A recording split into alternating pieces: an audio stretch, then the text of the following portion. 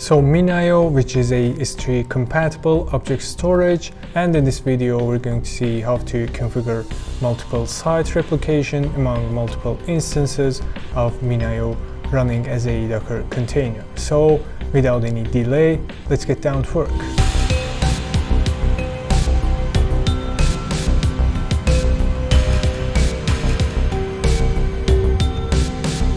Hello, what's up guys, Medium Guy here. Welcome to the next video on the minio video series. So on the previous video we saw how to create and install a minio instance running as a Docker container, and in this video we'll have a little deep dive on how to configure the site replication among multiple instances of minio also running as a Docker container. So without any delay, let's get down to work. So as you can see in this total overview picture of how the site replication will be implemented, as we can see over here, the client will be interfaced with a load balancer that stands between the minio instances and the client, and will actually proxy the requests to one of the instances of minio, and the changes on that minio instance will be actually replicated to the other minio instances that are configured as the replication points in the minio cluster.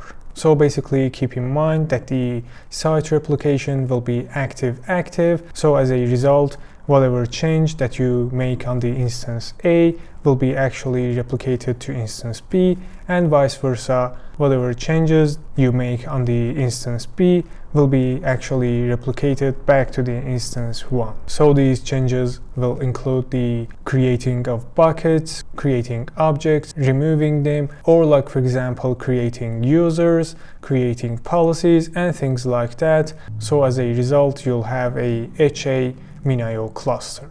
So as the load balancer, you can use many existing tools like for example Nginx, and if you want to learn more about how to implement load balancing with Nginx, I'll link the relevant video in which I've explained all about the Nginx load balancing configurations and stuff like that on the Nginx video series. So if you find interesting, you can find the link somewhere over here or maybe over here. So going back to the minio replication, in order to implement this, I'll actually have a dockercompose file that will have multiple instances of minio. Each instance will have its own directory that will be mounted to that instance only. So I'll move to the VS Code. Right over here, you can see that I've got the dockercompose file on the minio directory on my GitHub repository, for which also you can find the link down in the description section. So on the minio cluster manual directory, we have the dockercompose file that looks something like this, which actually has 3 instances of minio, each having their own volumes and ports mapped to it. So as you can see over here, the image that we'll use is the official minio image with some tag name that you can choose based on your use case. So over here on the port section, I've got 2 ports mapped to inside it, one being the API port and the other being the web interface port. So we'll be actually able to browse through the configurations and buckets inside this instance of minio. So on the volume section, I've got a volume that is mounted to /data inside the container, and on the command, I'll use the server -- console address, and I'll pass the exact port as I've mapped to inside the container, and I'll pass the /data as I've mounted the directory on my host machine to inside the container, which is exactly the /data. So basically, as a result, my data will be persisted even if my container gets destroyed and recreated. So as a result, minio will continue serving the same files. So on the environment variable section, I've got the root username and root password and some other environment variables that are related to monitoring, which we'll see on the upcoming videos. So the restart policy is also set to always. So whenever by any reason that this container gets destroyed, the Docker daemon will actually try to recreate it automatically. So I've got exactly the same configurations for the next instances, only the ports are different and the directory that is mounted to inside the container also has some other names.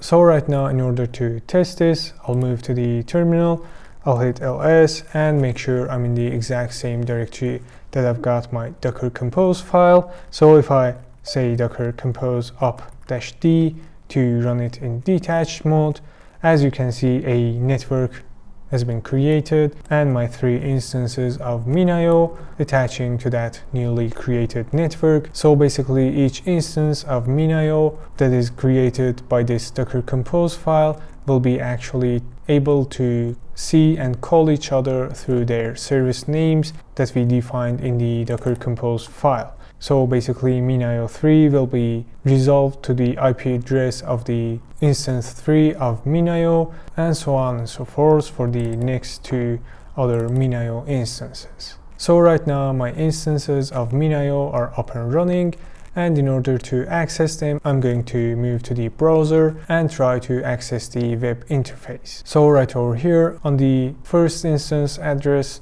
on the port 9001, I am actually able to access the web interface by passing the username and password that I provided in the dockercompose file. So as you can see, I've got a fresh installation of minio, and also I'll try to access the other instances by hitting their addresses and exactly the same usernames and passwords. So I've logged into each instance of minio, and over here on the menu on the site replication section, I can actually try to add sites. So I'll hit the add site button, and over here I have to define the addresses and access key and secret key, which are equivalent to the usernames and passwords that we just defined in the environment variable section. And as a result, I'll be having a active replication of minio instances. So just keep in mind that the username and password, or actually access key and the secret key that you'll be using for each instance should be the same. So basically either try to create another username that has the relevant permissions to write and make changes on buckets, or create policies and things like that, or like I'll do in this video, just go ahead and use the root username and password. So on this section, I'll try to pass minio1. I'll change the IP address to minio1 as I passed on the dockercompose file, and I'll pass the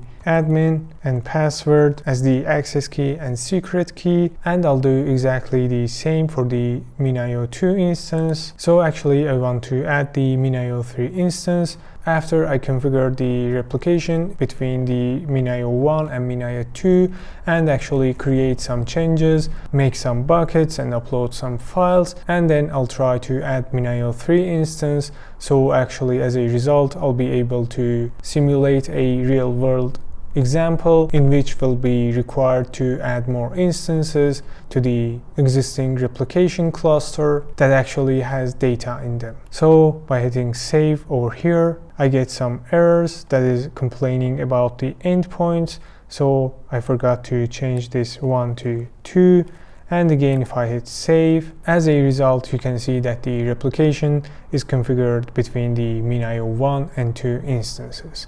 So if I go to the minio2 web interface, I'll hit refresh and go to the site replication, you can see that the minio1 is also added over here. But on the minio3 instance, if I go to the site replication, there is still nothing, and this is actually a fresh install. So basically I'm going to create some buckets over here and see if the replication is working correctly. So I'll say test as the bucket name and hit create.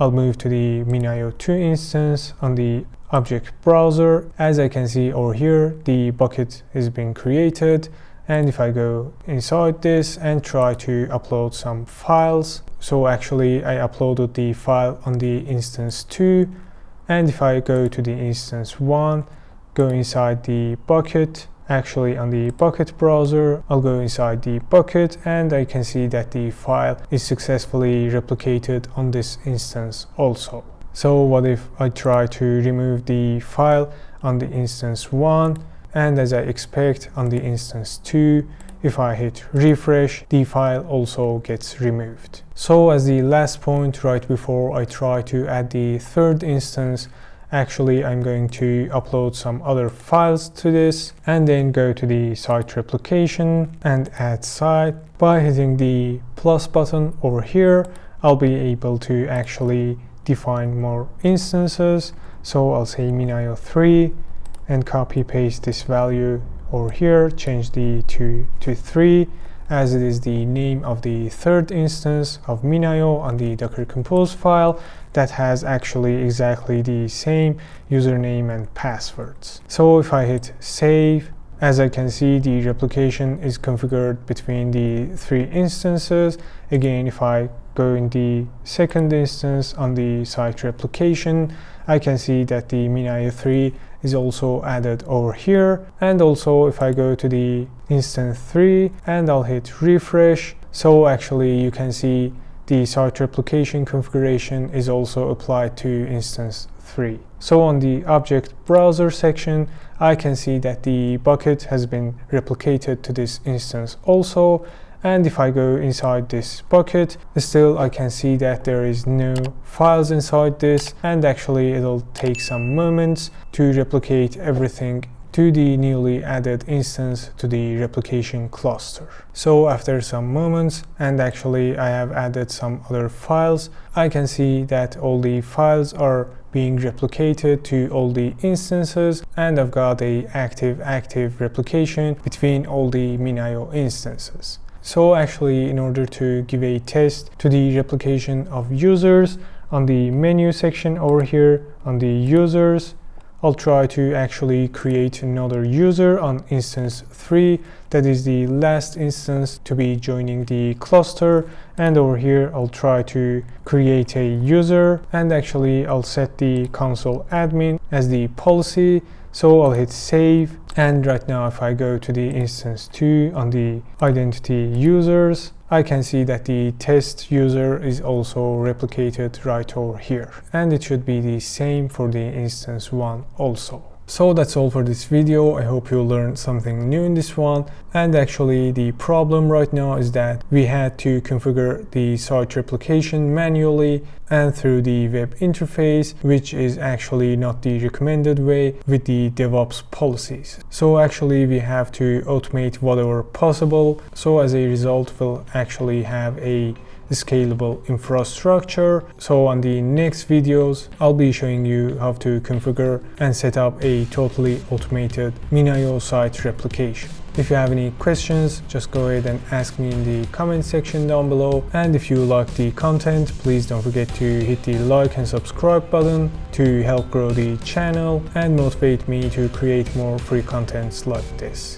So as always, I'll put all the files and configurations and stuff on my GitHub repository, for which you can find the link down in the description section, plus all the relevant links and relevant videos also in the description section of this video.